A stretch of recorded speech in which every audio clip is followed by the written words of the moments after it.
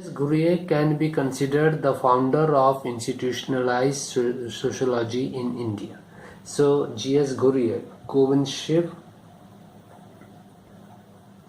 Gurye is said to be the founder of institutionalized sociology in India. It means that he was the person who first of all introduced sociology in the academic institution. He headed India's very first postgraduate teaching department of sociology at Bombay University for 35 years. For the first time, a full-fledged teaching department of sociology was established in Bombay University, and he was the head of the department he was the first head of the department of this department of sociology, and he remained over there for 35 years. He founded the Indian Sociological Society as well as its journal Sociological Bulletin, and he was the founder of Indian Sociological Society, and he was the person behind its journal Sociological Bulletin, publication of its journal Sociological Bulletin. Gurye managed to nurture sociology as an increasingly Indian discipline. Gurye was first to implement successfully two of the features. Number one, the active combining of teaching and research within the same institution. Teaching and research work will be held in the same institution. This was his major step in institutionalizing sociology. Number two, the merger of social anthropology and sociology into a composite discipline, and he was responsible for merging social anthropology and sociology as a composite discipline.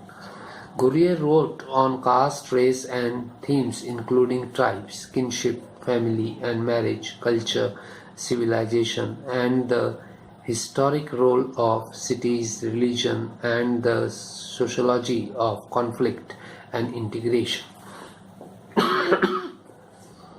He was influenced by diffusionism, Orientalist scholarship on Hindu religion, and thought nationalism and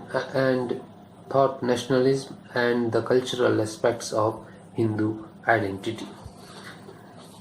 Gurye worked on tribal. His writings on this subject, and especially his debate with Warrior Elwin, which first made him known outside sociology and the academic world. So Gurye also worked on the tribes, and his writings on the tribal conditions, and especially his debate with Warrior Elwin, made him famous outside the world of sociology and academics. In the whole world, many British administrator anthropologists were especially interested in the tribes of India and believed them to be primitive people with a distinctive culture far from the mainstream of Hinduism. Many British administrators and anthropologists, they believed that the tribes of India were primitive in nature, and they were primitive with a different culture far from the mainstream of Hinduism. They also believed that the innocent and simple tribals would suffer exploitation and cultural degradation through contact with Hindu culture and society. They also believed that if the tribals will intermingle with the mainstream Hindu culture, then they will face lots of problems such as exploitation and cultural degradation.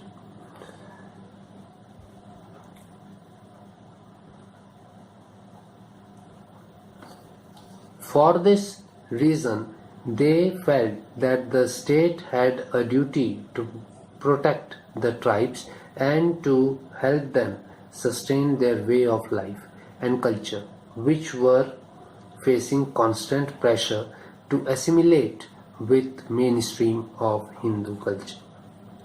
Therefore, these people believed that the tribe should be protected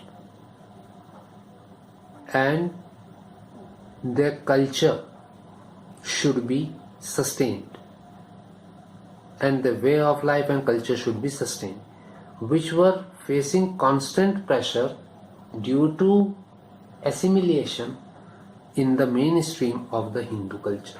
Ghurye became the best known exponent of the nationalist view and insisted on characterization of tribes of India as backward Hindus.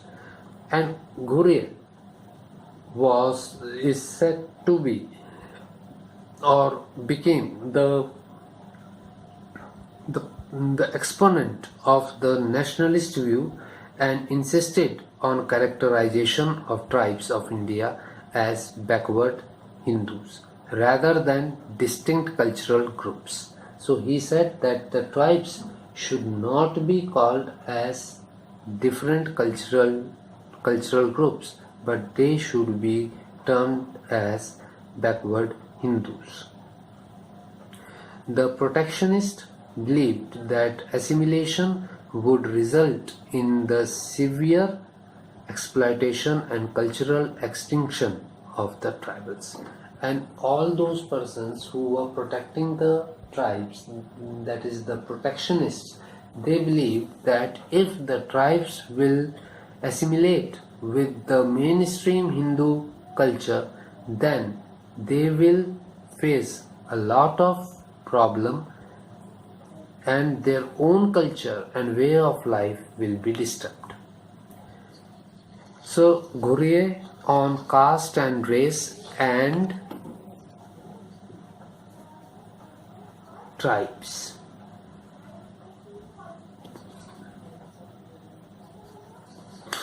G.S. Ghurye's academic reputation was built on the basis of his doctoral dissertation at Cambridge, which was later published as Caste and Race in India 1932.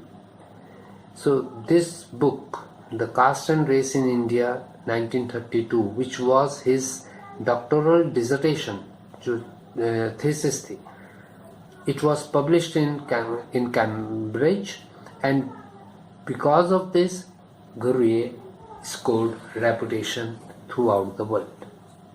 Ghurye provides a detailed critique of the then dominant theories about the relationship between race and caste. Herbert Risley, a British colonial official who was deeply interested in anthropology matters, was the main proponent of the dominant views. So at that time, Herbert Risley, who was a British and was interested in anthropology, was the main proponent of the dominant view.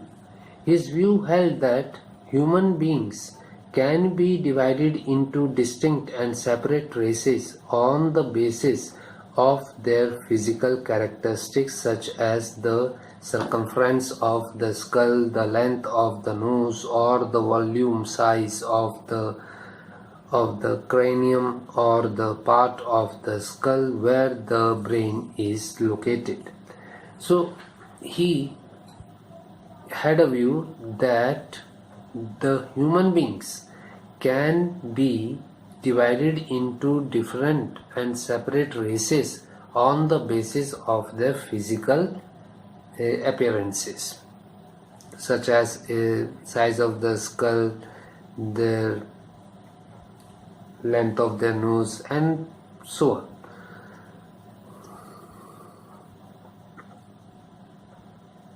Risley and others believe that India was a unique laboratory for studying the evolution of racial types because caste strictly prohibits intermarriage among different groups and had done so for centuries. So Risley was of the opinion that India is the best place to study the racial types, evolution of races, evolution of racial types, because in India, because of the following of the caste system, where inter-caste marriages are not allowed, therefore the purity of the races can be found and the races can be easily studied in great details. Risley's main argument was that caste must have originated in race because different caste groups seem to belong to distinct racial types. So he believed, or he gave an argument, that caste must have originated in race. Races, caste system should not be there, then there should have been race system, because different caste groups seem to belong to distinct racial types. The higher caste approximated Indo-Aryan racial traits, while the lower caste seemed to belong to non-Aryan aboriginal. The higher caste had the characteristics of the Indo-Aryan race, and the lower caste had the characteristics of non-Aryan aboriginals, Mongoloid, or other racial groups. Risley and others suggested that the lower caste were the original aboriginal inhabitants of India, and he said that the lower caste are the actual inhabitants of India. They had been subjugated by Aryan people who had come from elsewhere and settled in India, and they were forcefully subjugated by the Aryans who came in India from somewhere outer place.